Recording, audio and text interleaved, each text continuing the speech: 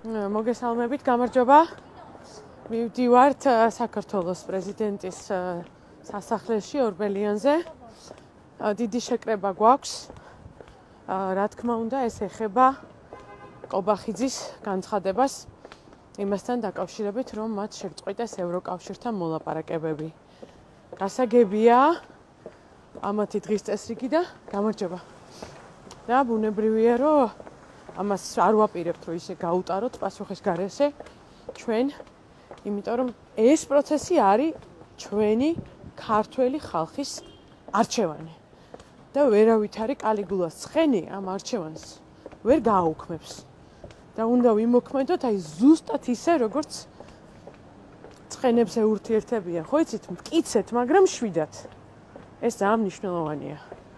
ამიტომ გამარჯვება თქვენ, იყავით ხალხზე.